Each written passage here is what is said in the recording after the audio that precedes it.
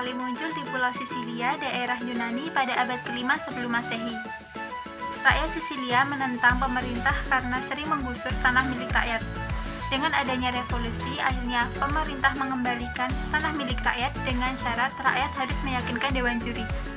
Corax membantu rakyat untuk meyakinkan dewan juri melalui buku retorika yang ditulisnya. Murid Corax yang bernama Tisias juga ikut mengajarkan retorika kepada orang-orang yang ingin mendapatkan posisi di pemerintahan. Retorika yang diajarkan adalah retorika Atik.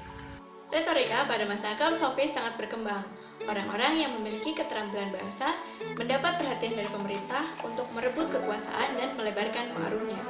Tokoh yang menjadi pionir adalah Gorgias. Tokoh lainnya yaitu Lysias yang mengembangkan aspek narasi.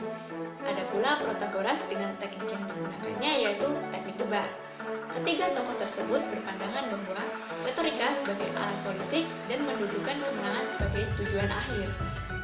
Tokoh yang terakhir yaitu Isokrates. Isokrates mendirikan sekolah retorika. Ia juga mendapat gelar sebagai tokoh moralitas kaum Sofis karena berpendapat bahwa kebenaran yang harus dimenangkan. Selanjutnya, retorika Plato. Pemikiran Plato dalam bidang retorika dipengaruhi oleh Sokrates, di mana Plato mengembangkan studi retorika Sokrates yaitu menjunjung kebenaran sebagai inti masalah retorika. Adapun perbedaan antara retorika Sofis dengan retorika Plato Sokrates yaitu retorika Sofis lebih mengedepankan kecerdikannya dalam bersilat lidah demi mendapat kemenangan, sedangkan retorika Plato Sokrates lebih memperhatikan usaha menampilkan kebenaran secara rasional dan ilmiah filosofis. Aristoteles lahir pada 384 sebelum Masehi di Stagira, Yunani. Ia mengikuti pendidikan di akademi milik Plato. Ia murid sekaligus kolega Plato kurang lebih 20 tahun lamanya.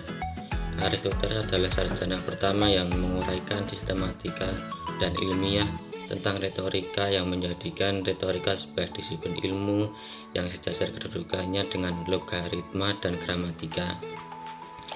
Aristoteles mendirikan akademinya pada tahun 335 sebelum Masehi yang bernama Lyceum.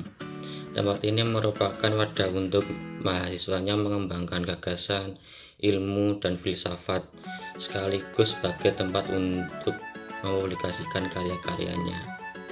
Runtuhnya Yunani menjadi simbol kejayaan yang tergantikan oleh kerajaan Romawi kuno, di mana kerajaan Romawi kuno juga ikut memboyong retorika. Retorika pada masa kerajaan Romawi kuno berkembang secara pesat, subur, dan juga membumi. Hal tersebut membuat para senator berlomba-lomba untuk menguasai kecakapan dalam berpidato atau retorika.